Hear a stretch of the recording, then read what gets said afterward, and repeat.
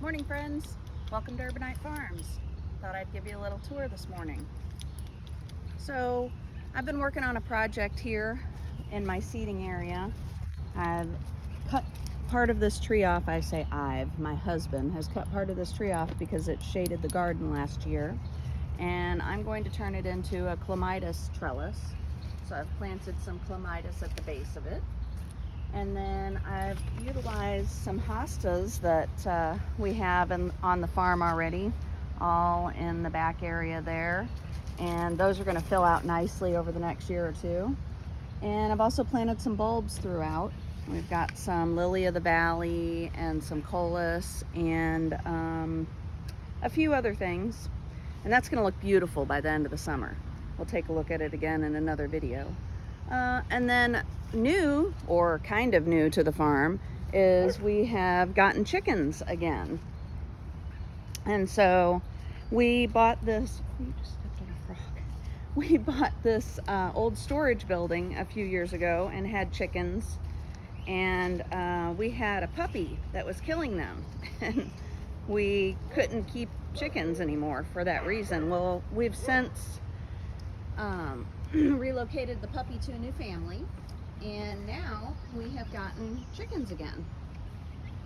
As you can see, a dear friend of mine, Miss Gina, has hatched out some chickens for us.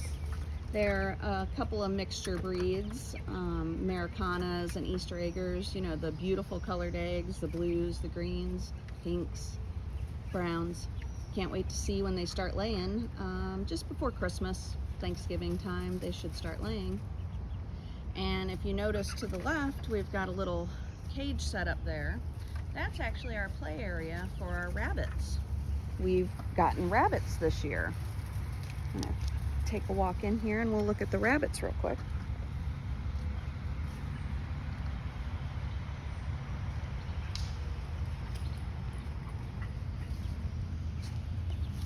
This is our son Joe's pet project. This here is Biscuit. Hi, Biscuit. Hi. And that's Midnight. And here comes Coco. Those are our little girls. And then we also have a little boy in here that we're getting ready to separate. Hi, baby. Hi, there he is. And that's Mooney. So those are our rabbits, and we utilize those for the garden because rabbit pellets can go straight into the garden as a fertilizer. You don't have to compost them, you don't have to wait like you do with chicken manure. So these rabbit pellets go straight into the garden to help fertilize. Speaking of the garden, let's go take a look at the garden.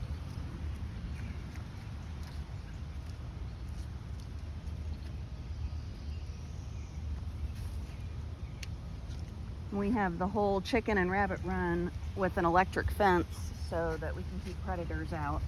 We have a fox that roams our property, and I'm sure there's other critters that would love to get in there, like skunks and raccoons.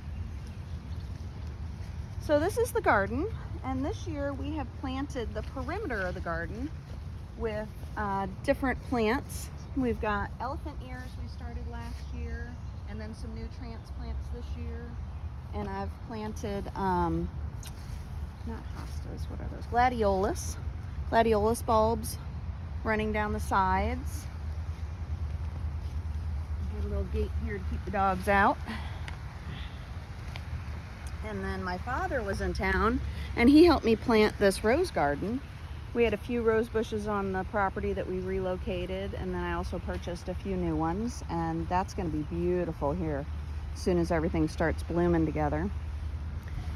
And then we've extended the weed barrier out a little bit this year, and we've planted some potatoes in these beautiful pots that we recycled or upcycled.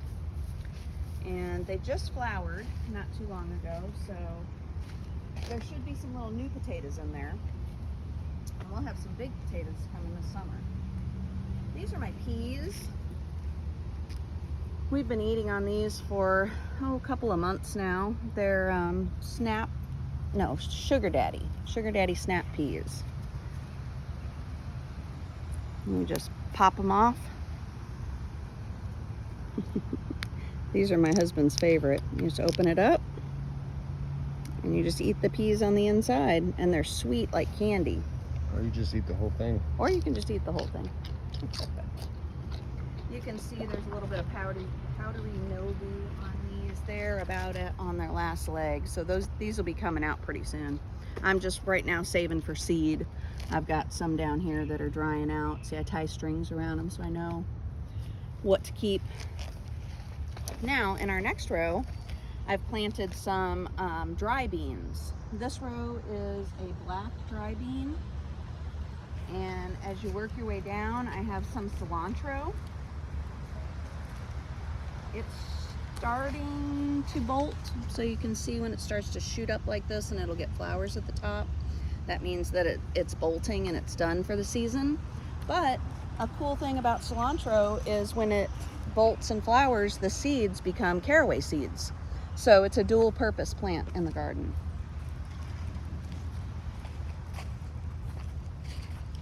And we have some lemon balm down here at the end. This you can use for teas. You can use it as a pest deterrent. It helps keep certain kinds of bugs away from your other plants. Same thing with marigolds. We have marigolds we started from seed planted throughout the garden. And this is Swiss chard. I have a couple of Swiss chard plants here. And this is a celerac. I planted a bunch of these, but only one survived in the spring. A celerac is like a celery, but it's a root. So, I don't know. We're going to try it and see. This is all black beans also. They just have not come up yet. And then at the end of this row is Bok Choy that I'm letting go to seed, and we feed to the rabbits. The rabbits really enjoy the flower and the small pods on that, as well as the leaves before it bloomed. The next row here, we have kale. This is red Russian kale and another kind of kale similar to red Russian kale, but I can't remember what it's called. And this is another lemon balm plant. Another marigold. You'll see marigolds along the edges a lot. This is Dino Kale, and this was supposed to be Dino Kale, but it is not. And I'm really not sure what it is. I'm letting it go to see. So it's some kind of brassica though. And in the middle of this row, we have Brussels sprouts. These are red Russian Brussels sprouts. And that's the first time I've grown the red Russian, so we'll see how it does. They're looking nice. One little head of cabbage that wound up over here is not looking so great, but it'll still be edible. So these are cauliflower. I've harvested one head off of here. That's pull that plant, and as you work your way down, this one I will probably harvest today because it's starting to shoot up. We don't want it to flower. And then there's a couple of little ones starting down in here. Yeah, this one also.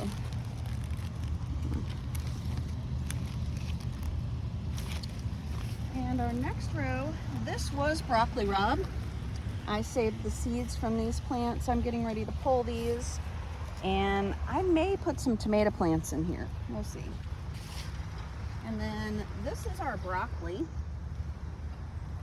I've harvested quite a few heads of broccoli throughout here. These guys, as an experiment, I planted two together to see if they did just as well as a single plant, because I like to try things out for myself no matter what people tell you. But the double plants have not headed up yet, so you know that may be because they're competing for nutrients. All the single plants I've already harvested the main head. You can see down here I harvested that, but they put off these side shoots, and you can eat these side shoots too. I just grab them and throw them into stir fries, and plus we can feed these leaves to the rabbits, so I let these grow. Here's a nice one.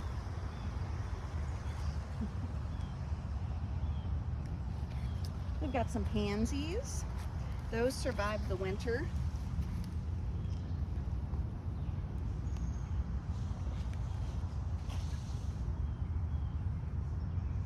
And then some more Dino Kale throughout this end of this row.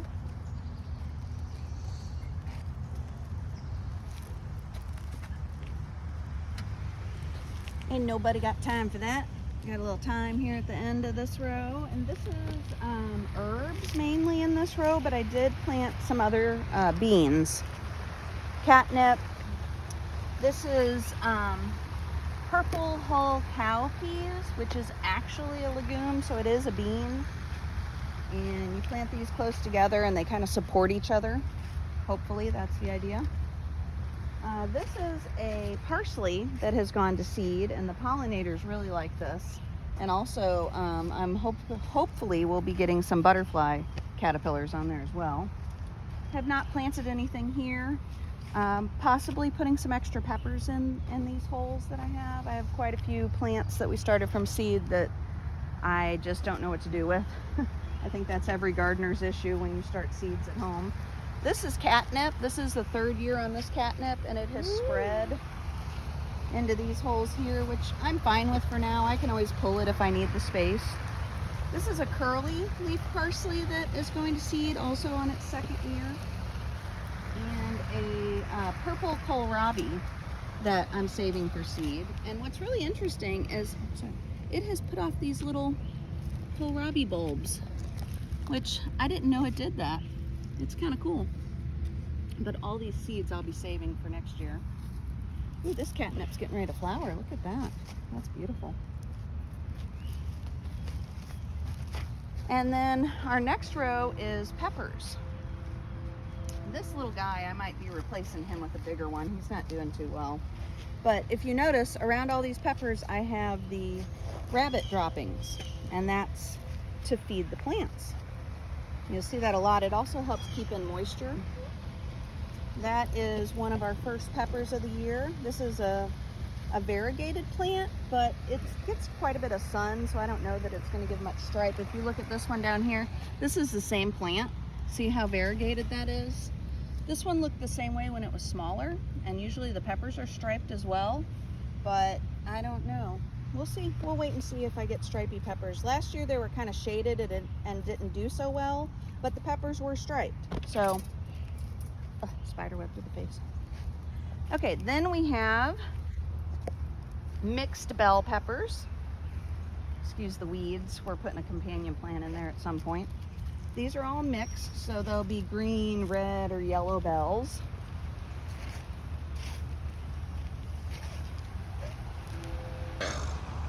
And that's what happens when you come through and diligently self-pollinate your plants. Here's another beautiful marigold. We also have nasturtiums in here. I grew some Alaskan nasturtiums. That's that pretty variegated. None of them are flowering yet, but they will be soon. Nasturtiums are nice in the garden because they not only deter pests, but they're also edible. The flowers and the leaves, you can put them in salads. They have kind of a peppery flavor. And as you work your way down, we have another archway at the end of this row. And the idea is that these tomatoes will grow up this archway. So I just come through and I just wind them through, and hopefully they'll go all the way to the top, and on the other side they'll come up all the way to the top. Now, the tomato rows, I have every other row planted so that I can walk through, because you know tomatoes can get really big and bushy.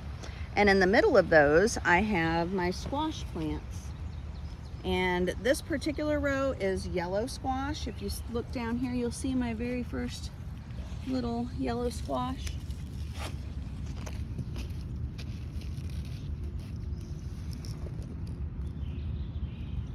And I go through, when my squash plants are fairly young, and put foil around the base of them, at least a couple of inches, and then I put soil around that. I'm actually getting ready to come through here and cut off these couple of bottom leaves and do another patch of foil, because what that does is that keeps the squash vine borers from hatching and climbing onto the stalk and burrowing in and killing your plant.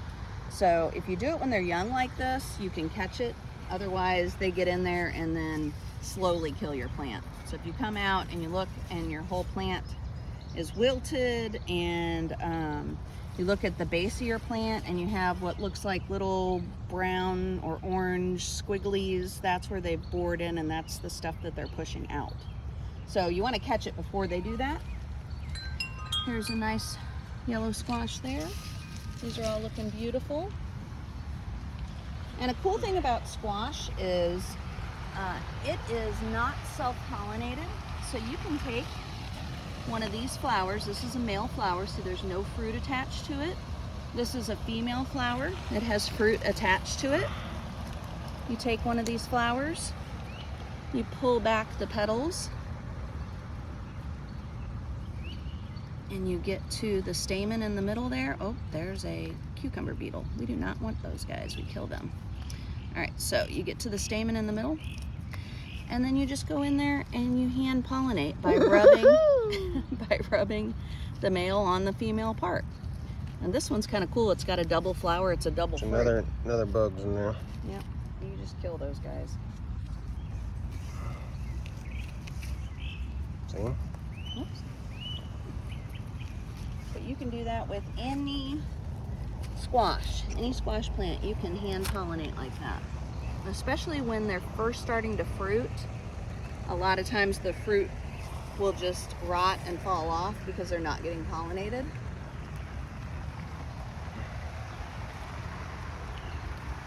This is a fall cabbage that I've let go to seed. I'm going to save these seeds, and plus two, I give these leaves to the rabbits as well. A couple of empty holes we'll be planting, another squash, and then this is our spring cabbage, which is heading up. I'm probably going to harvest this one today and make cabbage and potatoes for dinner with that. But the rest of these, I'm trying to let them go as long as I can because we want to make some chow chow. The issue is you need green tomatoes to go with the cabbage to make chow chow. I don't have any green tomatoes that are usable for that yet, so I'm trying to leave them on as long as I can.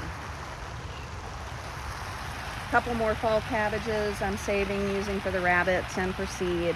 This is a pineapple sage. Oh, these smell wonderful. They smell just like a pineapple. And this will get really big and fill up this whole area, and it has beautiful red flowers that the hummingbirds love and other pollinators. This is our first box. This box, I have several different things in it. I already showed you the blue Hubbard squash here.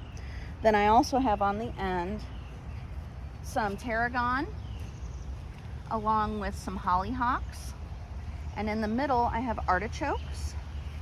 And going up this trellis here is a Birdhouse Gourd, and it's going kind of crazy. And I actually have a gourd I was noticing this morning somewhere in here. Somewhere. Oh, here it is. Is that it? No, it's, oh, here it is. There we go. My first gourd. So those are going to be beautiful hanging down from the trellis here. And then this was all spring lettuce. And as you can see, there's one plant left. I'm letting it go to flower for the pollinators. And we have carrots over here, which I've done 2 rounds. Round number 1 was here. Round number 2 is here. And I actually just started round number 3 underneath this board here. See how it stays nice and moist? I plant the seeds, water it in, cover it up with this, and then every day I check until I see sprouts. And once I see sprouts, I remove the board and I do another row. Those are actually black carrots I planted, something new I'm trying this year.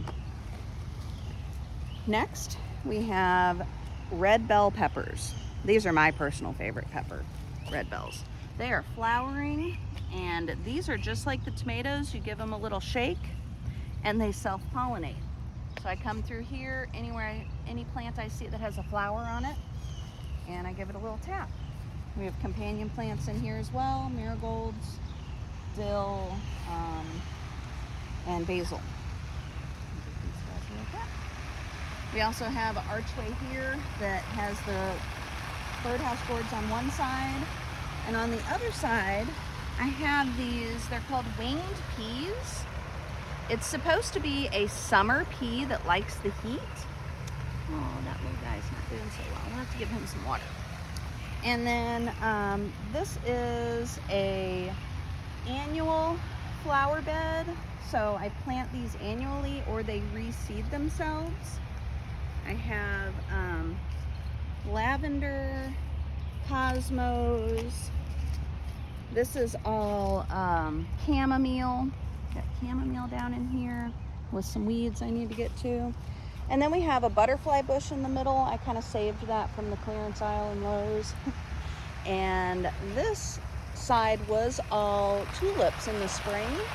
And I just recently planted some zinnias in there, and I'm cutting back the tulips as they die, along with the hyacinths that you see right there. Those were all hyacinths, and they're dying out. You don't want to cut them back until the tops die out so that the bulbs have all the energy to bloom next spring. Got one this year. They put off, two. They put off these beautiful red or white flowers.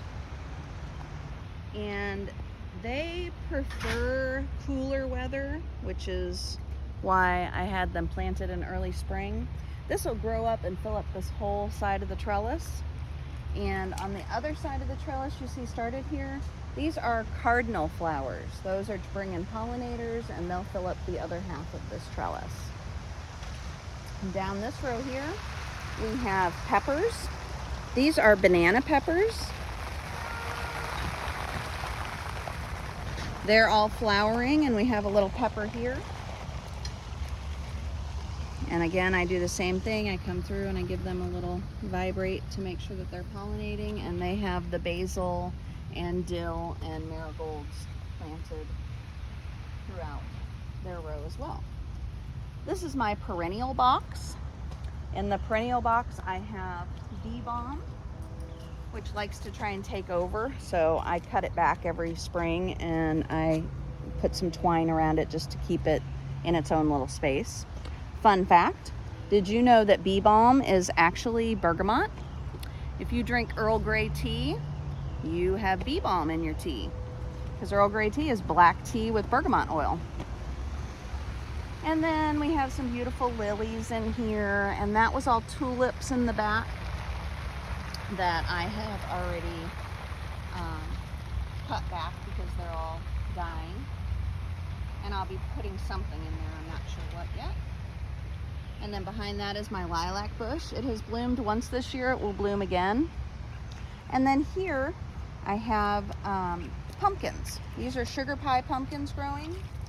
And I had a couple that didn't make it, and I planted a few white pumpkins in their place.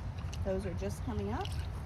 And you'll notice underneath this lilac bush, I have seedlings that are getting ready to go into the garden or that are getting ready to sprout. It's a nice shady area, so I like to give them some protection. And then back here we have a beautiful butterfly bush. I plant this not only for the butterflies themselves, but also they lay their eggs on it, and the caterpillars will feed on this. Then we have this beautiful mum that is a few years old, and it'll be flowering here shortly. This is black-eyed Susans that have not bloomed yet. And then my purple coneflower, or also known as echinacea, is blooming. This is its second year. This is some white fly. I don't know if you're familiar with white fly, but I've had an issue with it in the garden this year. You just come through and wipe it off. I'm organic. I don't use pesticides, so I hand pick and use natural sprays and things when I have an issue with stuff, but I try to let nature do its own thing.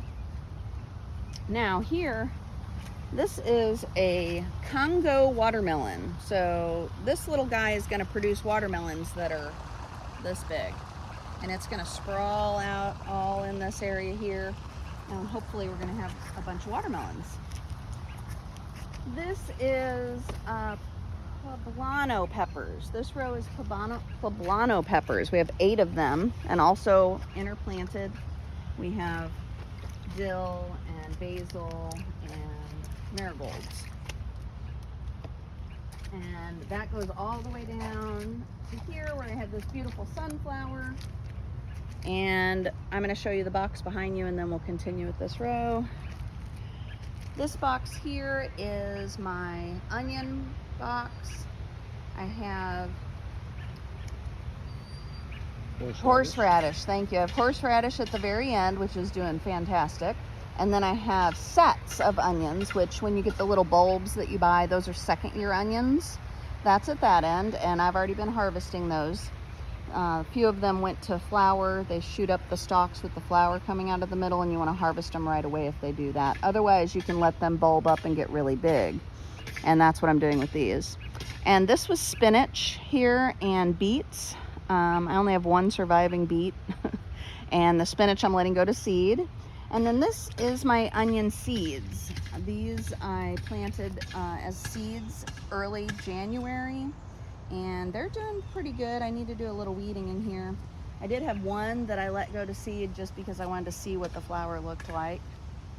And then on this trellis, I have loofahs. It's my first year growing loofahs. I'm kind of excited about it. I have some actual loofahs growing. Got 1, 2, 3, 4, 5 or 6 loofahs. Cool thing about loofahs is you can actually eat them. They're like a cucumber if you eat them when they're young. But these first few loofahs we will leave alone. I'll tie a string or a ribbon around them, and we're gonna let those first ones go full out size and dry, and we will harvest those to use for like bath loofahs. They do take a very long time to do that. So the very first ones you want to tag and let grow, and then as the season moves on you can start eating the new ones that come on because they won't have time to fully develop and dry. Something about squash that you probably know is squash bugs are the bane of the garden. These little guys here, you want to grab them and squish them and destroy them because they will eat up your squash plants. And a loofah is technically a squash plant. So we want to make sure that anytime we see those guys, we kill them. I like to get underneath. That's why I like these trellises. You can see the bottom of the leaves to look for their eggs. And so far, I've just found a few eggs here and there. I've been pretty diligent about every day looking for the bugs and squashing them. So squash your squash bugs. Okay, this is our last row of peppers. These are jalapenos. These are the hottest peppers that we have in the garden this year. They're looking great. They're starting to flower, and we also have companion plants with them as well. And then our last box, we have asparagus and strawberries, a hollyhock, 2 more artichokes, and my mint patch, which I've been harvesting off of all spring. As you can see, I've been kind of taking from this side here and keeping it back away from the rest of the box because it will take over. And I've even dug down in and put some logs in here to kind of help keep the roots from spreading. I see a little blessing there. We've got a little red strawberry, another one on the other side. You'll notice this powdery substance. This is all eggshells I put in here to help keep the snails from eating the strawberries. And then if you look here, this is a little Kajari melon. This is gonna grow up this trellis. I've had issues getting the melons to germinate this year. I've planted twice over here on this side, and it's just not wanting to come up. So I started some in the house, and they're actually about 1 inch tall, so I'll be transplanting those out. And those 2 melons will come up this side and meet in the middle with the loofahs. Then if you turn around here and look, these are our fruit trees. We transplanted these from another part on the property over by our pond where they were being killed by not only pests like deer, but also we had a neighbor that was dumping their chlorinated water onto our property and killing them out. These were the few survivors, and it looks like this year we've got an apple tree that is going to survive. So we're going to have to replace these others, I think. But the apple tree is doing really well. We do have a couple of apples on here. that I can see. So we'll see. We transplanted last fall, probably in a little bit of shock still. This is a peach tree. I'm not really sure what's going on with it. It looks horrible. It's got some kind of something, whether it's termites or I don't know what's going on. This part has died. So if you know anything about fruit trees and peach trees, if you know what's going on with this, give me a DM and let me know. And then as we work our way over here, we've got our berry bushes. I've got a blackberry bush, which is doing really well. I got this as a actually established plant, so it's going to be a little bit bigger than the others. And then here we have raspberry bushes, and these were bare root, and they're coming up nicely. I'm excited for these. These will eventually go in the ground. This is sort of a temporary potting of them because we're not sure where we're going to put them permanently, and they will take over when they're in the ground. But raspberries are really cool because you can use the leaves for tea. So once they get established and get bigger, I'll be able to have some raspberry tea this summer. And behind you, we have our sweet potatoes. We have 7 buckets of sweet potatoes that I started all my own slips from a either Japanese sweet potato or an orange sweet potato. You can tell the difference because the Japanese sweet potatoes, the leaves are more of a rusty color, and the orange sweet potatoes have more of a fresh green. They are kind of intermixed, but that's okay. They'll be fine. We have the rabbit pellets and straw in here to fertilize those and to also keep the moisture in. And then we have 4 buckets of strawberries here. These were all bare root strawberries this spring that we planted. And these are ever-bearing strawberries, so we've been pulling these blooms off all the way up until June 1st because you want the plants to establish roots and to get really established in their place before you let them bear fruit for the first year. And now that it's June, they're all starting to flower, and we're going to be getting lots of berries. In the next 5 buckets here, we have peanuts. We started all of these from seed. They seem to be doing pretty good. They flowered. We're hoping to get some peanuts this fall. Now this box here, we have these beautiful tall plants, which are Jerusalem artichokes. They will have a really pretty flower at the top, which will look kind of like a sunflower or a daisy. And once they flower and start to die back, you actually harvest the roots. The roots, they kind of look like a ginger, but they taste like a potato. So they're pretty good. Next, we have all of our garlic that we planted last fall. I've been harvesting as things start to die back. With garlic, what you want to see is you want to see 3 to 5 green leaves in the center and the rest of the leaves dying out. Each one of these leaves actually represents a paper wrapper that's around the head of the garlic, and so you want to make sure that you have enough wrapper for them to store. So I'm going through, and as they get to a certain point, like, let's see if I can find one. Yeah, see this one here? This only has a couple of green leaves left, and the rest of these are all dying off. So you go ahead and pull that one up. And what you do is you take these outer brown leaves off. And that cleans up the bulb when you get those wrappers off.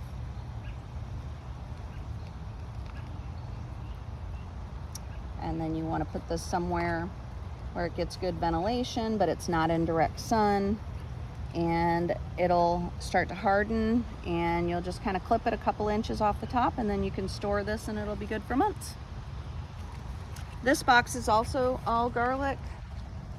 I just harvested the center of this and re-amended the soil, and I'm getting ready to plant garbanzo beans in here. So That will rejuvenate the soil. It'll put nitrogen back in, and then I'll be ready to plant garlic again next fall. This is the other end of the pepper row where I stopped at the end of the Poblano peppers. And in the middle, we actually have giant Marconis, which are peppers. They'll be probably that long and that big around. They're great for stuffing and putting on the grill. And then at this end, we have okra. So you can see there's an okra right there. They flower, the flower cap comes off, and then you see the okra underneath. Actually, there's some right there as well. Those are getting ready to flower. So I have a mixture of red and green. Some of these are baby okra, so they won't get very big at all. And some of them are the great big okras that'll grow really tall, like these here.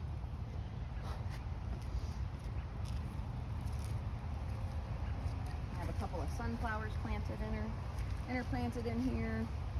Looks like the giant Marconis are starting to produce as well.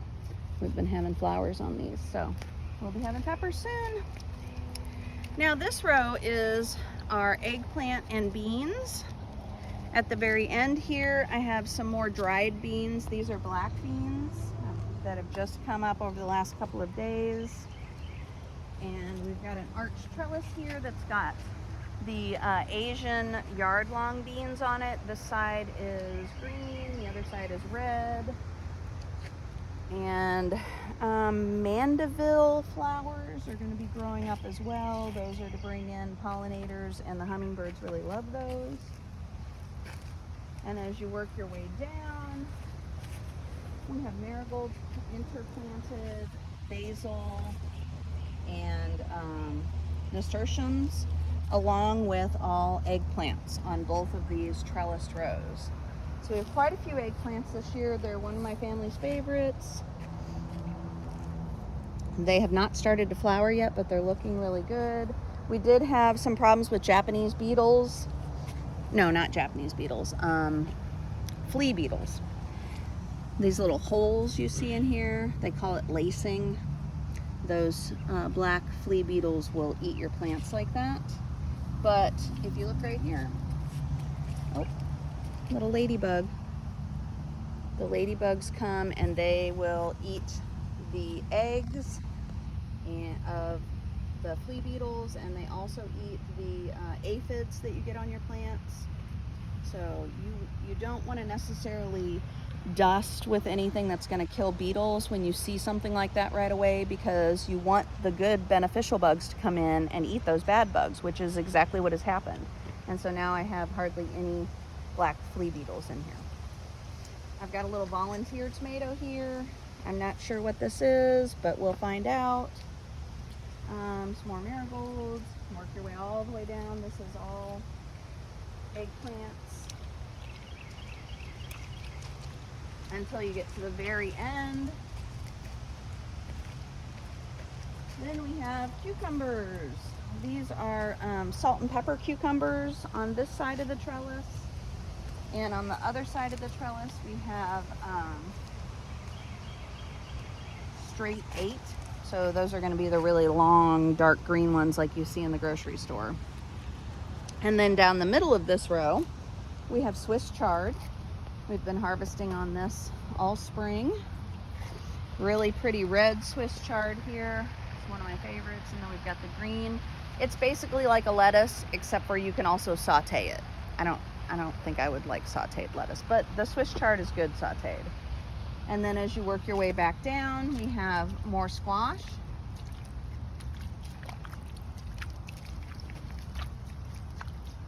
These are zucchini. And I grow my zucchini vertically. You just intertwine your leaves up through a tomato cage, and it supports them growing up and keeps the fruit off the ground. We've got one right here. I don't know if you can see. One right there. First ones are coming in. We got ladybugs on these plants also. And on the other side, again, we have the eggplants. interplanted with companion plants. We've got some sage and basil, nasturtiums, marigolds, all again to keep the bad bugs away and bring in beneficial insects.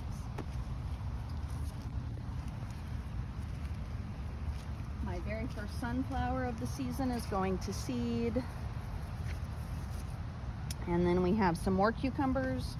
These are called Ashley cucumbers. I've never grown them before, but they're supposed to be extremely pest resistant. Something that the cucumber beetles do not like, apparently. So we're trying it out and seeing if we like that, and if they grow well, we may grow them again. Oh look, my butterfly bush is blooming. This was another clearance clearance Lowe's save. When I got this little guy, it had maybe this much in a bucket or in a pot, and the rest of it was all dead. I think I got it for $2, and now look at it. It's beautiful. It's gonna have flowers all over it, bring in all the pollinators. Excuse me. Hello, froggy. All right, we've got, this is some, is it cinnamon basil? No, this is queen basil. It's got beautiful purple flowers. They're all starting to pop.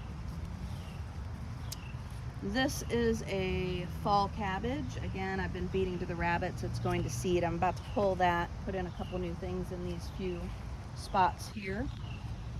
And then this is Trembolino squash. This is a snaking zucchini. So these squash get really, really long, kind of like a cucumber, but much longer, and they kind of spiral or bend. I don't know. They're really cool. I'm excited about growing them. I've never grown them before, so we'll see. They're delicious to eat. It's just like a zucchini. You can use it just like a zucchini. You can eat them fresh. You don't have to get them really small though. Like when you harvest a zucchini, you want to harvest them when they're about 6 inches long and, you know, about that big around for putting in stir fries and things like that. These will have that same texture and flavor, but they're much bigger. So more bang for your buck. We have some more yellow squash here. Or no, I'm sorry, this is yellow zucchini. We have yellow zucchini here. And again, you can hand pollinate that. This is the male, does not have fruit on it. Let me just open that up. Oh, look at all those cucumber beetles. And we just hand pollinate that little guy. That's gonna keep your fruit from just dying out and falling off of the plant. A lot of people have that problem, especially in the beginning. So I like to try and hand pollinate when they first start showing up. And then the pollinators do their job after that. We've got a little tomato here. This row here is actually my big tomatoes. These are my what do you call them? Slicers, thank you. These are my slicer tomatoes, and if you notice along the base of the tomatoes, you see some greenery. These are all radishes, and they help to shade the soil, keep it moist, and also aerate. And it's just using the space for dual purpose. I have nasturtiums and basil interplanted in here. More squash as you come along. These are all yellow zucchinis. And then at the end of this row, I have kohlrabi. Kohlrabi is actually a root that grows above the soil. It starts to ball up just above the soil. It is delicious. It's one of my favorite things to stir fry. It's kind of like a not spicy radish. It's the only way I can kind of think to describe it. Really, really good. I'll be harvesting these soon. Another volunteer tomato. Again, I don't know what kind this is, but we'll find out. And then at this end, over here, we have butternut squash, I believe. I believe this is butternut. And another pineapple sage. And then we go into our spring cabbage. Something I found out this year is that geraniums are supposed to keep the cabbage moths away. So I've planted those sporadically around the cabbage this year to see if it works. This was a fall cabbage, again, feeding to the rabbits. These purple cabbages are starting to head up though. They're beautiful. I love that purple color. Then we have more squash down the center of this row. I believe these are also a zucchini. I think these are a gray zucchini. Now, we were talking about squash bugs earlier. These are squash bug eggs. You want to get rid of those. I usually just take that part of the leaf off, smash them up, and throw this in the compost. But usually they're on the underside of the leaf, so you really got to kind of get down in here and look. I haven't seen a whole lot of squash bugs over here on these plants, but apparently I've been missing them because there are eggs on these plants. So I'm going to have to come through here and give these a good look. Something that someone taught me you can do is take your hose and give the plant a really good drink at the base, because a lot of times the squash bugs hide at the base of the plant. And you'll kind of drown them out, and they'll come up on the top of the leaves to sun themselves, and then you can find them and squish them. So that's what I'll be doing here coming through.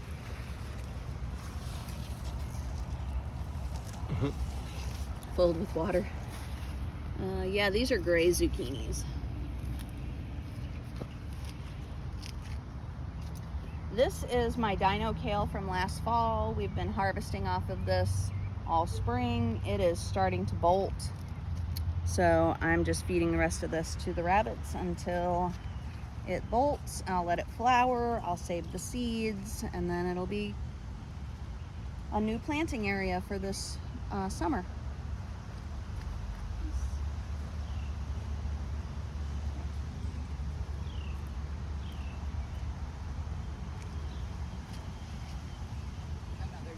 This one's actually a hanging basket. I took it down for the sprinkler so it could get good water. All right, this next row is also big tomatoes. These guys are doing really well. They're all germinating. This is gonna grow up over the trellis. We'll have big tomatoes hanging from the trellis. At least that's the idea. Here's one right here. Look at that beauty.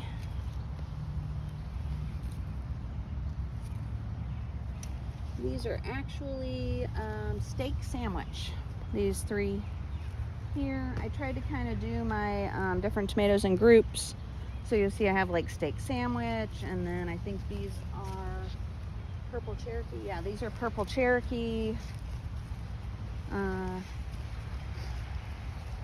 have some Dr. Witchies. Quite a few different varieties. I don't have them all labeled. I need to come through here and label. I have a notebook that I keep notes in. But these big tomatoes, if you can see, I'm trying to single or double stem them, because if you don't, they will be way too clustered in here, and you won't have any airflow, and you'll get a lot of disease. So what that means is I come through, and in the armpits of the plant, I just take these little suckers out, and then they will grow up as single stems all the way up. When they get to the top of the trellis, I top the plant, and then that puts all the energy into the fruit, and hopefully we'll have some big tomatoes this year. I also put radishes at the base of most of these, and they're doing really well. Now if you look at the very end of this row, this is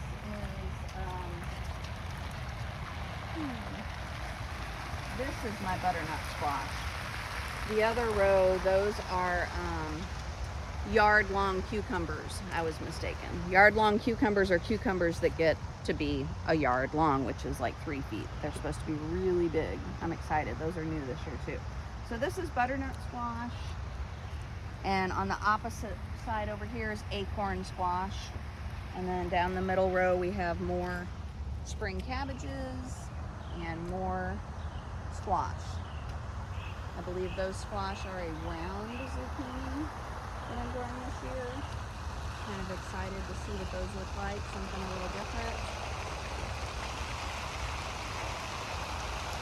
I'm trying to keep the sprinkler. Yep. And the last row of squash at the very end there, those are saucer squash. They're a white or a yellow kind of flat squash that's growing over there. And then the middle row is medium-sized tomatoes. So things that you can use for canning and whatnot. So and that's the garden. Hope you enjoyed and have a blessed day.